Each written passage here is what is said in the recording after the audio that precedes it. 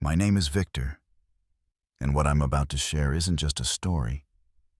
It's the wreckage of the life I thought I had. It's the tale of how betrayal cracked me open, broke me into pieces, and, strangely, gave me the chance to rebuild myself stronger than before. It all happened last summer in Chicago. At the time, my life looked solid from the outside. I was a manager at a large trading company, working long hours but doing well. My wife, Ivana, was an interior designer whose career was blossoming. People admired us. We were the couple who seemed steady, unshakable, the kind others quietly envied. 7 years of marriage had taught me to believe in loyalty, in love, in us, but I was wrong. I didn't know how wrong until the night everything began to unravel. Smash that like button, hit subscribe, and keep watching, because the best part's coming up next. It started with whispers of change, nothing big at first. Ivana stayed later at work. She sighed about demanding clients, endless revisions, impossible deadlines. I believed her. Why wouldn't I? She was brilliant, ambitious, and opportunities kept opening for her. I was proud to be her husband. But reality doesn't always announce itself with fireworks. Sometimes it creeps in quietly, like a shadow at the edge of your vision. One evening, she called to say she'd be working late again. Something in me stirred, a tenderness maybe, or just the urge to remind her she was loved. So I stopped at her favorite cafe, picked up her latte just the way she liked it, and bought a bouquet of her favorite flowers. My plan was simple: surprise her at the office, then whisk her off to dinner at that little Italian place she adored. But when I pulled into the parking lot, my heart froze. The building was dark, deserted. Security told me everyone had gone home hours ago. Confused, I called her. She answered cheerfully, her voice warm, casual. "Still at the office, honey," she said. "This client is relentless. Don't wait for me tonight." The words hit me like acid. I was standing outside her empty office, listening to a lie so smooth, so practiced, it made my skin crawl.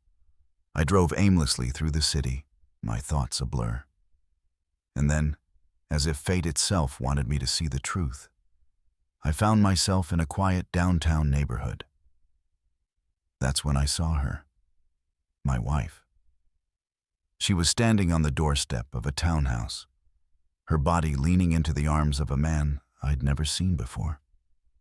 He was older, polished, confident, someone who seemed to belong in a world of expensive suits and quiet power. And then it happened. He kissed her. Not a casual kiss, not a fleeting brush. It was tender, intimate, the kind of kiss two people share when they believe the world doesn't exist. I felt my chest collapse. My throat tightened until I couldn't breathe. I parked in the shadows and sat there, paralyzed, as if my body had forgotten how to move. An hour later, I watched him kiss her again before putting her in a taxi. I followed. The cab stopped in front of our home. She stepped out, phone in hand, and called me. "Just got home, honey," she said sweetly. "So tired." This client is killing me. Going straight to bed. Love you. I was sitting in my car a few feet away, listening to her lies while she stared up at the house we had built together. The days that followed blurred into a haze of pain and disbelief. At work, I stared at my screen, unable to focus. At night, I lay beside her, pretending to sleep while my mind replayed the kiss over and over, until it hollowed me out. Confrontation tempted me. I wanted to scream, to demand the truth. But some voice deep inside whispered, "Wait. Find everything." So I followed her. A week later, she announced another late night at work. I trailed her car. Sure enough, she drove straight to that townhouse. Hours later, she came home with the same exhausted sigh, the same story about a difficult client. That night, I reached for her phone while she slept. She'd never bothered with passwords. She trusted me not to pry. The irony was a knife twisting in my chest. Her messages made my blood run cold. There he was, Richard. Their conversations stretched back months. Photos, love notes, secret meetings. This wasn't a fling. It was a double life. The message that gutted me most was simple. He had asked, "When are you going to leave Victor?" "I'm tired of hiding." Her reply, "Soon, honey." He's so naive. He believes everything I say about work. Sometimes I almost feel sorry for him. But what can I do? I don't love him anymore. I kept scrolling, each word heavier than the last. Their plans stretched far into the future. A European trip she intended to fund with money she would manipulate from me under the excuse of a big design project. And then the cruelest part, they mocked me. She sent him a picture of the flowers I had bought her once, with the caption, "Look what the poor guy brought. He has no idea I'm with you tonight."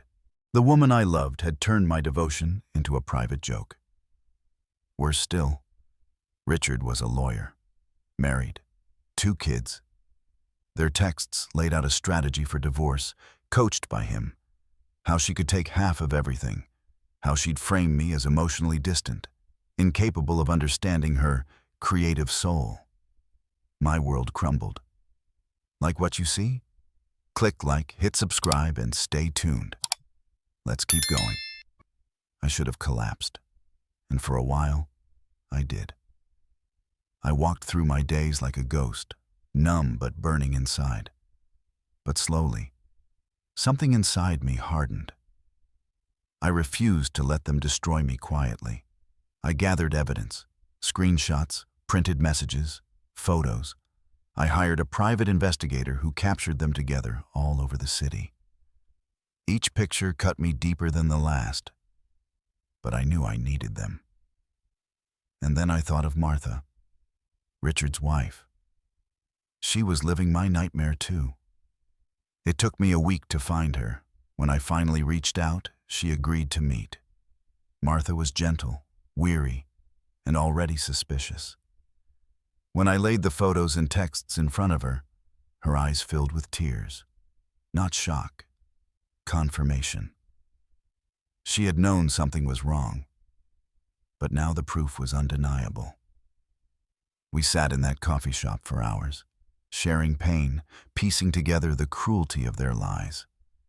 And by the time we left, we were united, not just in grief, but in resolve. The chance came sooner than expected. Richard and Avena had planned a romantic weekend getaway at a luxury resort in Wisconsin. Both fed us lies. She claimed she had a design conference, he a legal seminar. Martha and I drove up separately and met in the lobby. My heart pounded as we spotted them at dinner, sitting by the window, holding hands, laughing as if they hadn't torn 2 lives apart. My rage boiled, but Martha touched my arm. "Not here," she whispered. "Let's hurt them where it matters. Their pride." So we sat at a nearby table. Martha dialed Richard. I dialed Eve. The moment their phones lit up with our names was almost biblical. I watched color drain from their faces, their laughter dying in their throats. Martha's voice rang out, clear and cutting. "Hi, honey. I'm at that lovely resort you told me about. Funny, the concierge says they don't host legal seminars, but they do host a lot of couples' weekends." Meanwhile, I said to Eve, "Sweetheart, I cut my trip short to surprise you at your conference. But no one here has ever heard of it. Where are you exactly?" The panic was instant. Eve dropped her wine glass. Richard went pale as death. They turned, and there we were. We didn't yell. We didn't cry. We just stood, looked them in the eyes, and walked out, leaving them choking on their lies. That night, the flood began. Calls, texts, desperate apologies, flimsy excuses.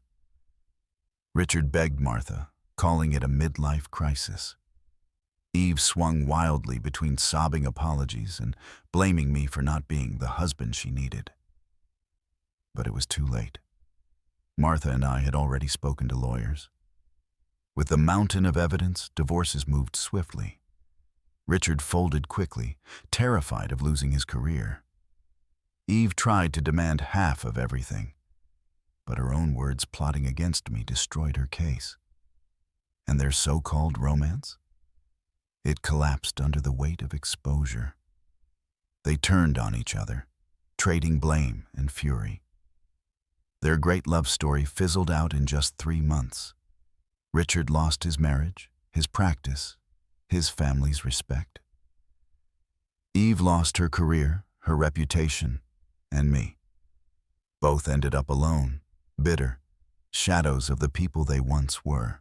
Through it all, Martha and I became allies. Friends. Not lovers. Not then. Just 2 scarred souls who understood each other's pain.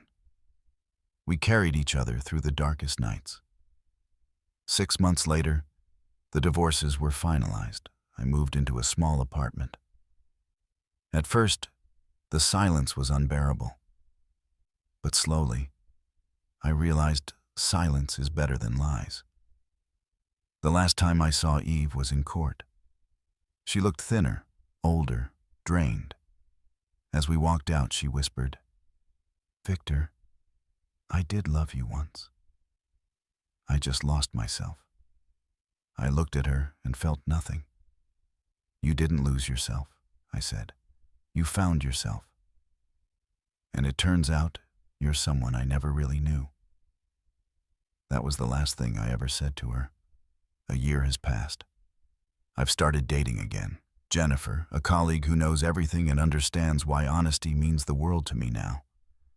Martha found love too, with a kind man who cherishes her and her children.